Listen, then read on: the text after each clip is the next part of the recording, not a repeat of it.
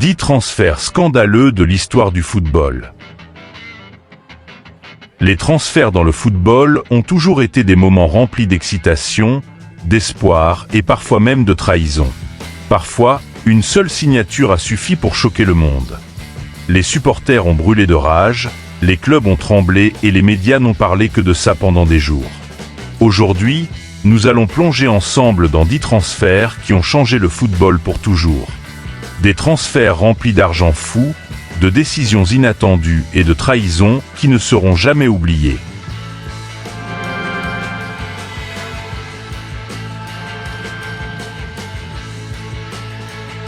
Numéro 1, Ronaldo Nazario, de Barcelone à l'Inter, 1997. En 1996, un jeune Brésilien au visage timide et aux jambes magiques est arrivé au Camp Nou, Ronaldo Nazario.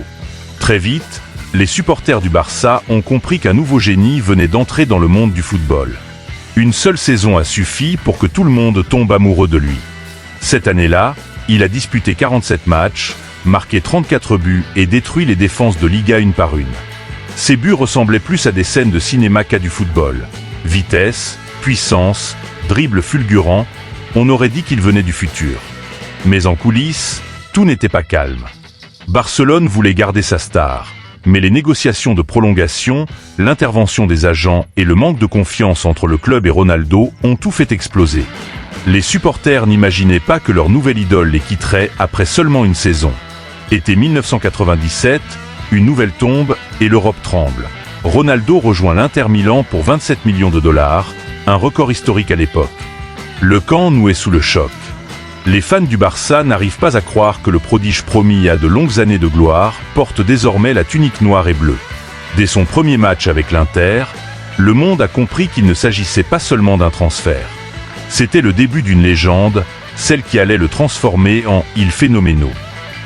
Lors de sa première saison, il inscrit 34 buts et remporte le Ballon d'Or 1997. Le Barça reste avec un profond regret, et des fans qui se demandent encore « et si Ronaldo était resté ?»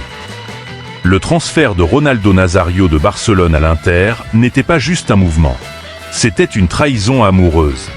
Un transfert qui a brisé le Camp Nou et transformé San Siro en demeure éternelle d'un phénomène.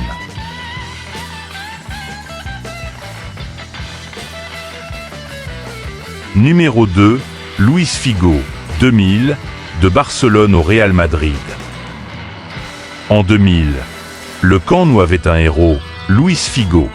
L'homme qui menait le Barça, la star qui avait conquis le cœur des supporters par ses passes, ses dribbles et son engagement. Il était capitaine, symbole du club. Quelqu'un que les fans croyaient incapable de les abandonner. Mais en coulisses, les choses étaient plus compliquées. Barcelone était en crise financière et Figo se sentait sous-estimé. C'est alors que Florentino Pérez, candidat à la présidence du Real Madrid, entre en scène avec une promesse diabolique. Si je suis élu président, j'amènerai Figo de Barcelone à Madrid. Personne n'y a cru. Même les supporters du Barça ont pris cela pour une blague électorale. Mais Pérez a tenu parole. Avec un montant astronomique de 62 millions d'euros, un record à l'époque, il a arraché Figo au Barça pour l'amener au cœur de l'ennemi juré, le Real Madrid. Quand la nouvelle est devenue officielle, le football a tremblé. Barcelone est entré en état de choc. Les fans n'arrivaient pas à accepter que leur capitaine porte le maillot blanc de l'ennemi. Puis vint ce soir historique. Camp Nou, El Clásico. Figo entre sur la pelouse en blanc. Le stade explose. Insultes assourdissantes, pluie de bouteilles, pièces et objets divers. Et parmi tout cela, une image immortelle. Une tête de cochon jetée vers Figo. Symbole d'une trahison qui ne sera jamais pardonnée. À Madrid, Figo devient l'un des Galacticos, aux côtés de Zidane, Ronaldo et Beckham. Il gagne des titres et des trophées, mais en Catalogne, il restera à jamais l'ennemi numéro 1. Son transfert n'était pas seulement un mouvement de carrière. C'était peut-être la plus grande trahison de l'histoire du football. Une décision qui n'a pas seulement changé le destin d'un joueur, mais qui a attisé à jamais les flammes de l'El Clásico.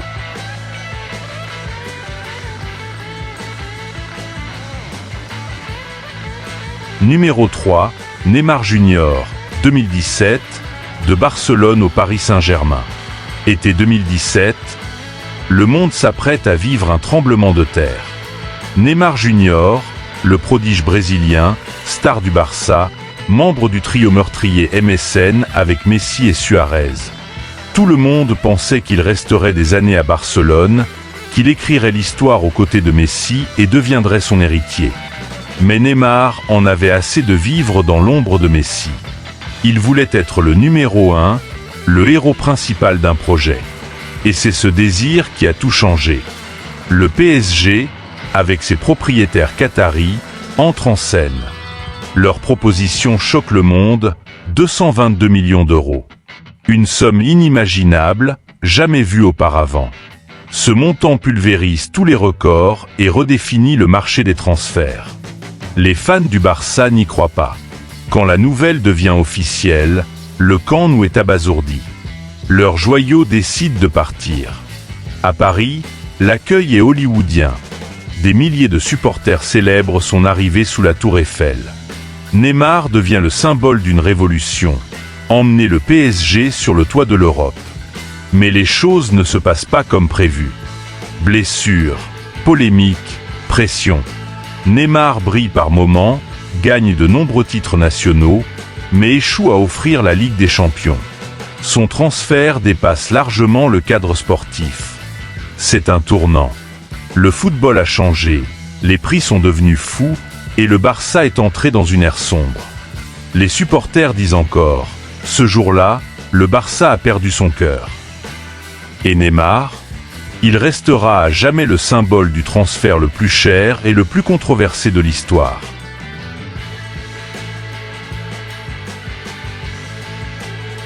Numéro 4, Cristiano Ronaldo, 2021, retour à Manchester United. 27 août 2021. Le football retient son souffle. Une bombe éclate. Cristiano Ronaldo revient à Manchester United. Pour les fans, ce n'était pas juste un transfert. C'était un rêve. Les souvenirs de l'âge d'or avec le numéro 7 ressurgissent. Ce jeune arrivé du Sporting Lisbonne, façonné par Sir Alex Ferguson, qui émerveillait le monde et remportait le Ballon d'Or 2008. Après ses années glorieuses au Real Madrid et à la Juventus, fort de 5 Ballons d'Or et 4 Ligues des Champions, Cristiano revient à la maison. Old Trafford explose de joie. En 24 heures, son maillot numéro 7 bat tous les records de vente. Les larmes coulent, le monde attend son retour sur scène. Et quel retour! Pour son premier match face à Newcastle, il marque 2 buts. Le stade s'embrase, des millions de téléspectateurs crient devant leur écran. C'était comme un voyage dans le temps. Mais la réalité rattrape vite le rêve. United n'est plus le club qu'il avait quitté. Mauvaise gestion, instabilité, effectif fragile. Cristiano se bat, inscrit 24 buts la première saison, sauve son équipe à plusieurs reprises, mais ce n'est pas suffisant. Les tensions éclatent. Son interview choque contre le club et l'entraîneur brise la relation. Le rêve se transforme en cauchemar. Ronaldo quitte United, non pas en héros, mais en légende blessée. Son retour restera pourtant gravé dans l'histoire. Un transfert qui a fait vibrer le monde, rappelant que le football est une histoire d'amour, de trahison et de rêve. Et Cristiano Ronaldo, pour Old Trafford, il sera toujours le Golden Boy. Numéro 5, David Beckham, 2003, de Manchester United au Real Madrid. Début des années 2000. Manchester United est au sommet et la star médiatique numéro 1 est David Beckham. Capitaine charismatique, maître des coups francs, symbole d'une génération. Beckham n'était pas seulement un footballeur, c'était une marque mondiale. Quand il frappait le ballon, c'était une fusée. Quand il marchait sur le terrain, des millions d'yeux le suivaient. Mais en coulisses, sa relation avec Sir Alex Ferguson s'est refroidie. Les désaccords se multipliaient, du football à la vie privée. Le point culminant fut cet incident légendaire. Ferguson lance une chaussure dans le vestiaire, qui finit par toucher Beckham au visage. La rupture est consommée. Tout le monde comprend que l'ère Beckham à Old Trafford touche à sa fin. Été 2003. Florentino Pérez poursuit son projet des Galacticos. Après Figo, Zidane et Ronaldo, il veut Beckham. Transfert officialisé pour 37 millions d'euros. L'Angleterre est sous le choc. Le symbole de United part à Madrid. Son arrivée ressemble à une première hollywoodienne. L'aéroport de Madrid est envahi. Les boutiques se remplissent du maillot numéro 23. Les médias le présentent comme la nouvelle figure mondiale du Real. Sur la pelouse du Santiago Bernabéu, Beckham pose aux côtés de Zidane, Figo, Ronaldo et Roberto Carlos, une image historique. Dès ses premiers matchs, Beckham prouve qu'il n'est pas qu'une star médiatique. Ses passes et ses frappes font la différence. Mais ces années madrilènes sont marquées par des hauts et des bas. L'équipe de stars séduit, mais ne gagne pas autant que prévu. Malgré tout, ce transfert dépasse le football. Il devient un phénomène culturel. Beckham est le premier superstar total du football moderne, brouillant les frontières entre sport et divertissement. Un transfert qui a secoué le monde et qui reste l'un des plus marquants de l'histoire.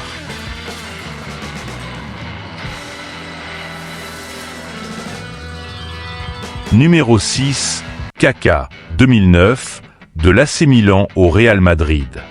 En 2007, l'Europe a un roi, Ricardo Izexon dos Santos Leite, dit Kaka.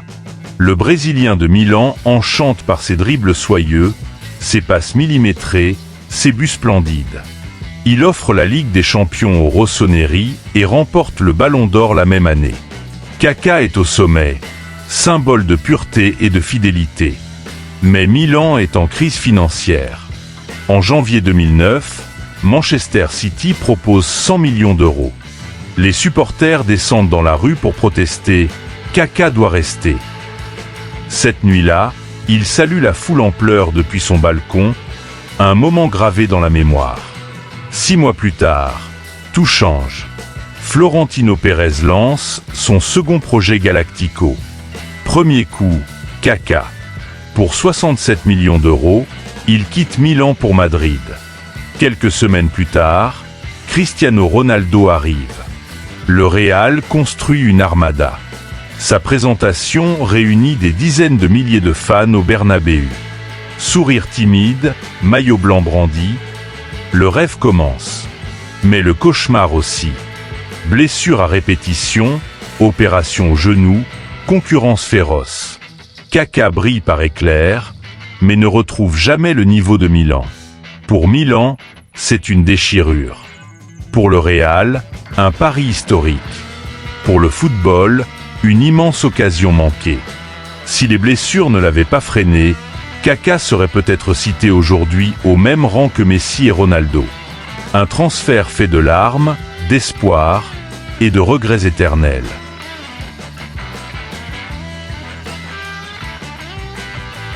Numéro 7, Carlos Tevez, 2009, de Manchester United à Manchester City.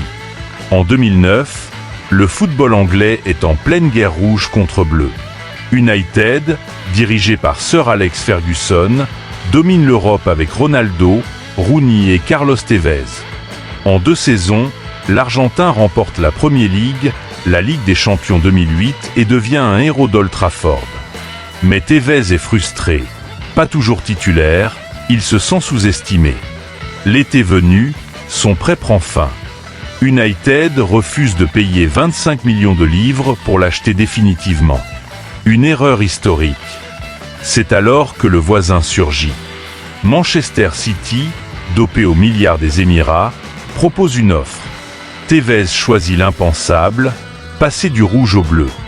Une trahison pour United. Quand la signature est annoncée, c'est l'explosion. Puis arrive cette campagne publicitaire restée célèbre. Un panneau géant dans Manchester avec la photo de Tevez et la phrase « Welcome to Manchester ». Un coup de poignard pour les fans de United. Sur le terrain, Tevez devient l'icône du nouveau City. Ses buts et sa rage marquent le début de l'ère moderne du club. En 2012, il aide City à décrocher son premier titre de champion d'Angleterre depuis 44 ans, juste sous le nez de United. Pour les Reds, il restera un traître. Pour les Blues, un pionnier. Un transfert, 2 histoires, et l'un des plus grands scandales de la Premier League.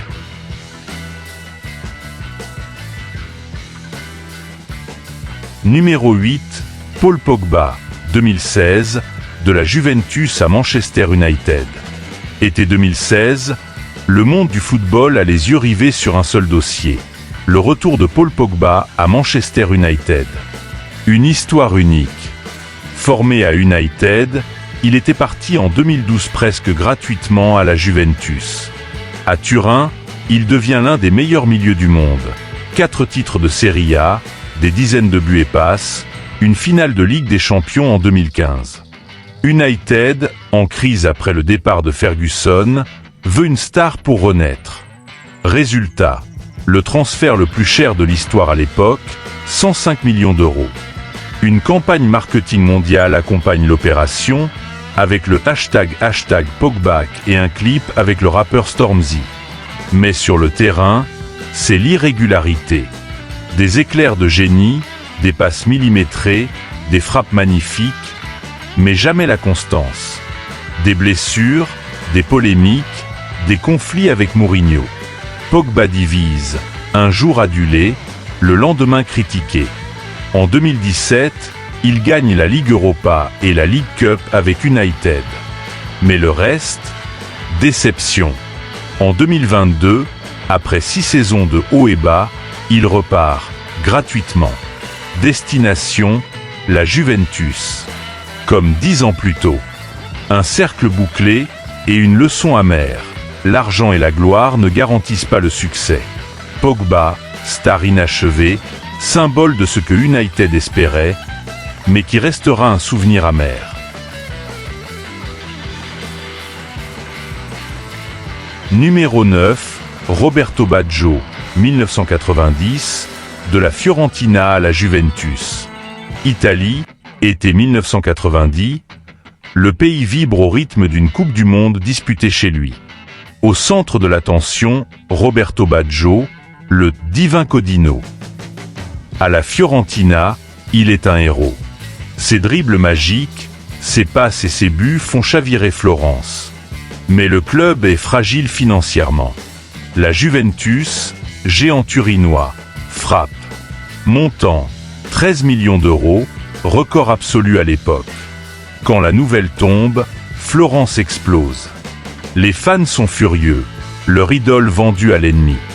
Émeute, affrontement avec la police, la ville est en flammes. Le premier retour de Baggio au stade Artemio Franchi est un enfer. Sifflets, insultes, jets d'objets. Mais un moment reste gravé. Quand la Juve obtient un penalty, Baggio refuse de le tirer, par respect pour la Fiorentina. Remplacé, il ramasse une écharpe violette tombée des tribunes, la serre contre lui et l'embrasse. Une image éternelle. À la Juve, il brille. Ballon d'or 1993, gloire européenne. Mais à Florence, la blessure ne guérira jamais. Ce transfert reste l'une des trahisons les plus douloureuses de l'histoire de la Serie A. Une tragédie amoureuse, une histoire de passion, de larmes et de trahison.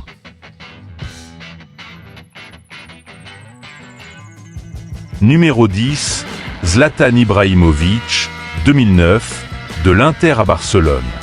Été 2009, le monde assiste à l'un des transferts les plus étranges et coûteux de l'histoire. Zlatan Ibrahimovic, star de l'Inter, 3 fois champion d'Italie et meilleur buteur de Serie A, veut conquérir l'Europe. Direction, le Barça de Guardiola, fraîchement vainqueur d'un triplé historique. Pep veut un vrai numéro 9. Le Barça sort 46 millions d'euros plus Samuel Eto'o. Valeur totale, environ 70 millions. Sur le papier, un coup de maître. Zlatan commence fort, 22 buts, dont un décisif lors de son premier Clasico. Mais rapidement, les problèmes surgissent. Son ego énorme entre en collision avec la philosophie stricte de Guardiola. Messi est repositionné en faux neuf, Zlatan recule dans la hiérarchie. La relation se brise. Zlatan critique Pep. J'avais une Ferrari, il la conduisait comme une Fiat. Après une seule saison, il part à Milan. Ironie.